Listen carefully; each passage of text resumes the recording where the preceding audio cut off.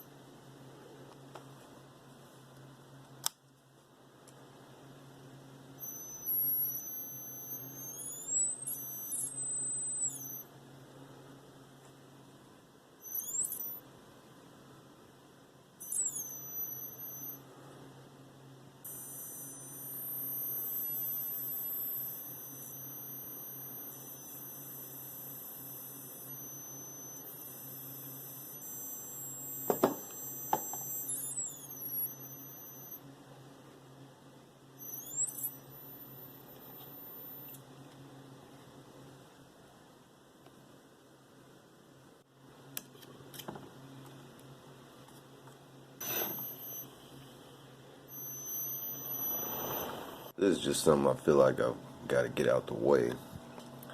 And got this bulb hooked up to it right now. And yeah, it's close to regular line voltage. Can I touch it? Yeah, I can touch it.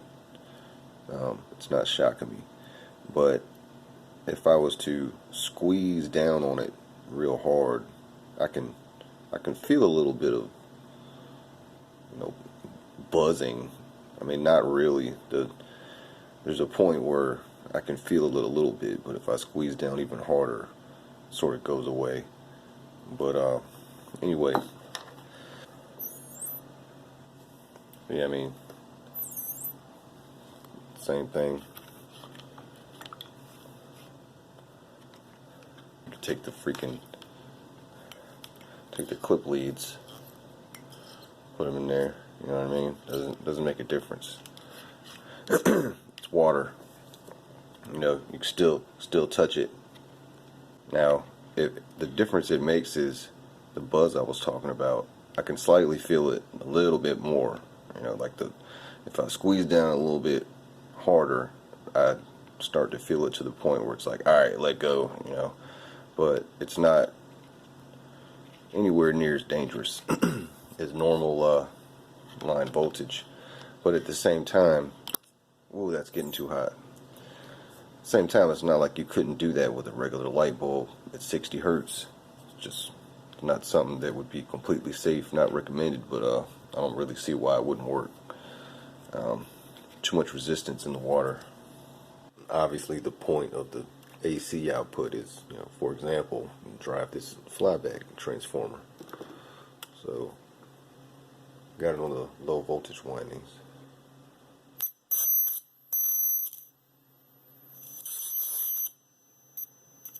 So, there's your very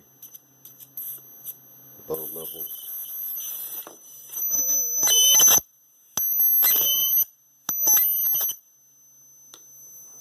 Turn the frequency up.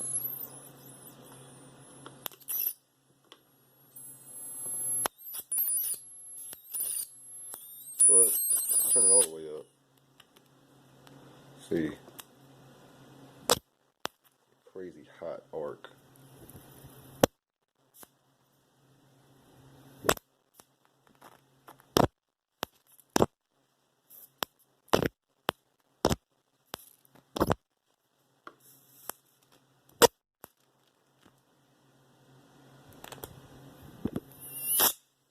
There's another example of the high current capability of this lower voltage output right here. And right now it's going through this other little transformer I wound, which is basically just a ferrite core wrapped with maybe a 10 or so turn primary, and then I've got this coil that I just slid on there. I'm not sure how many turns it is, but you see the gauge of wire. And I'm just coming through some clip leads. Got these 2 pennies right here. So I'm going to show what it did. This is what it did to those pennies. So do it again. It's pretty cool to watch the shine peel away on that bad boy. But yeah, the voltage is not super high, but the current certainly is. Got that up.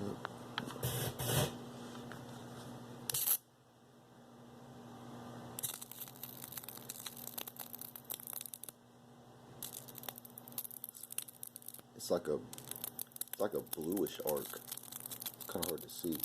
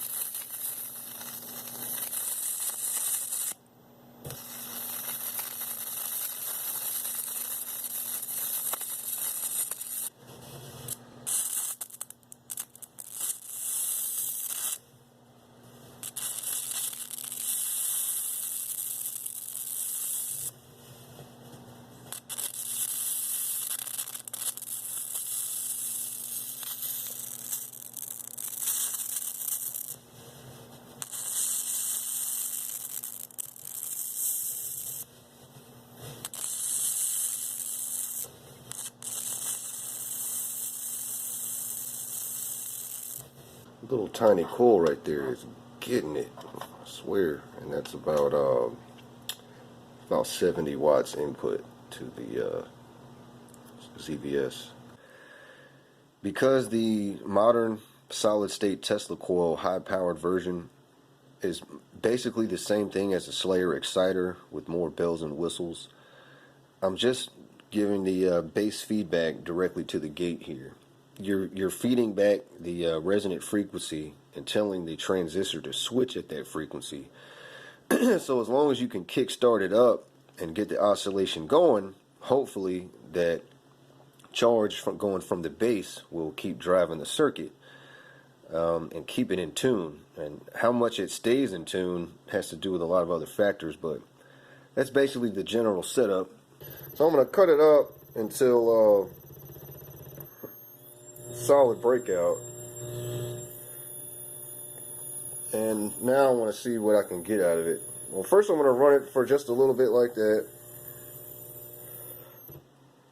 No heat sink on here, so I can already tell it's pretty warm. So without a sink I'm not going to get a whole lot of it out of it, but I'm just going to crank it up. You see, I can crank it up.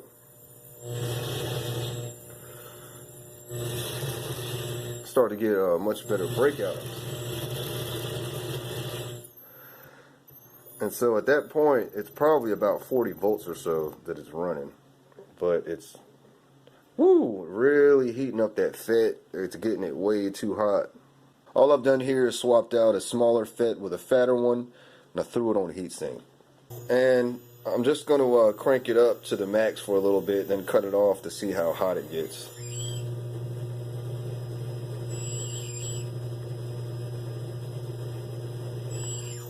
I'm going to switch it over to the higher voltage and see what it does off that. It's should be able to take it, but the way I'm driving this, I'm not protecting it. I'm going to go straight from the base to the gate feedback. It's going to burn out. I don't know at what point it will burn out though. So it sounds like it burnt out right there, and yeah, it's gone now. I probably reached about 70 volts. It might have hit a peak of about 75 volts and then popped. And I just went ahead and sacrificed it because screw it, it was going to go anyway at some point.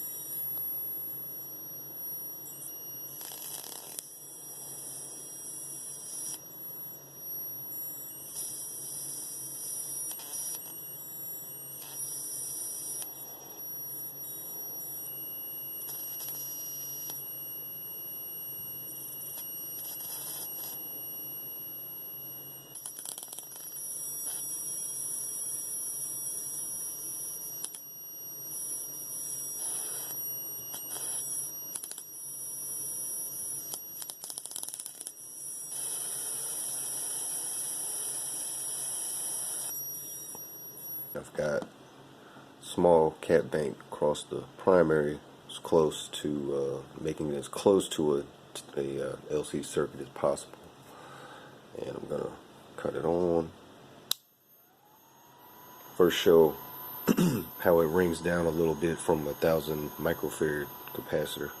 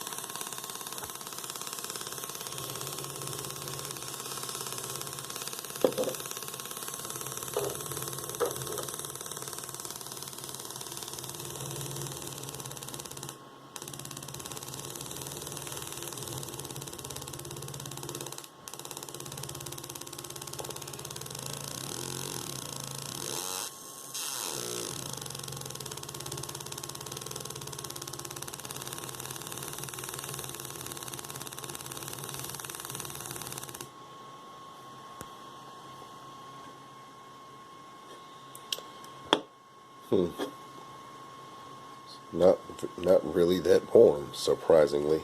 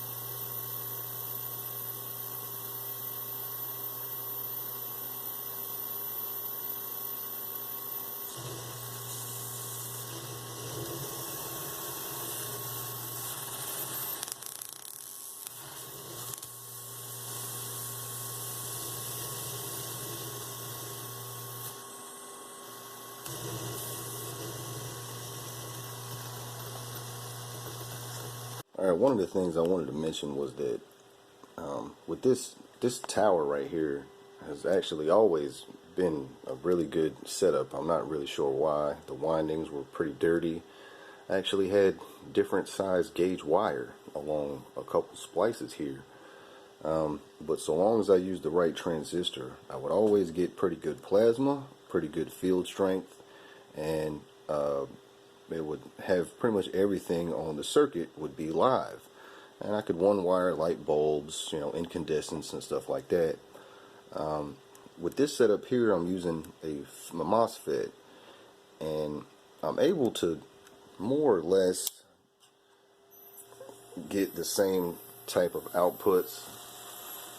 I mean, it's kind of hard to see. So long as I play with the pot here. But that's at the cost of much more power. This heatsink gets hot much quicker. Whereas with the MJE 3055T, I'm able to get the same output, crazy high output, at around 12 to 15 volts. But it pulls hardly anything. So that's the thing about it. With the transistors at lower power, they seem much more impressive. But once you get into a much higher level of power, the transistors are no longer doing it until you get much beefier transistors. But that's to say, it's interesting how that works. So Slayer's coil, for example, I can get that running real good off an MJE 3055 also, but at the same time it still runs the best off his tip 42C, because then it will run down much lower power, just more or less be overall more impressive. And I never showed this at 20 volts with his circuit, but it puts out, it's crazy strong at 20 volts. So I would pretty much leave that how it is, his circuit, and I've just made his coil removable so I could put it on a much more powerful setup. But that is to say, the MJE 3055T probably works the best with this setup. And until I start cranking a much higher power or a different type of circuitry, which I'm thinking about doing, it's better off with the regular transistor.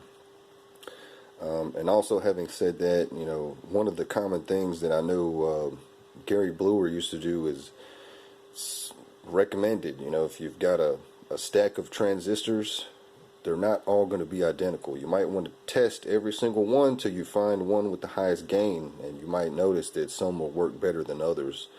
So for example, I can't show it. It's hard to show the higher outputs with a lot of these towers because it makes my phone wig out. But before I blew the 3055 that was on here, it was running like a champ. And the only way I actually blew it was I was lighting a bulb like this. I was holding it like this to light one of these bulbs up to get the filament hot, and I slid it over too far and I accidentally touched the base and collector together while it was running at high voltage, and that popped it out. But before that, it was running fine. Pull all these crazy arcs, and it was just just way more impressive.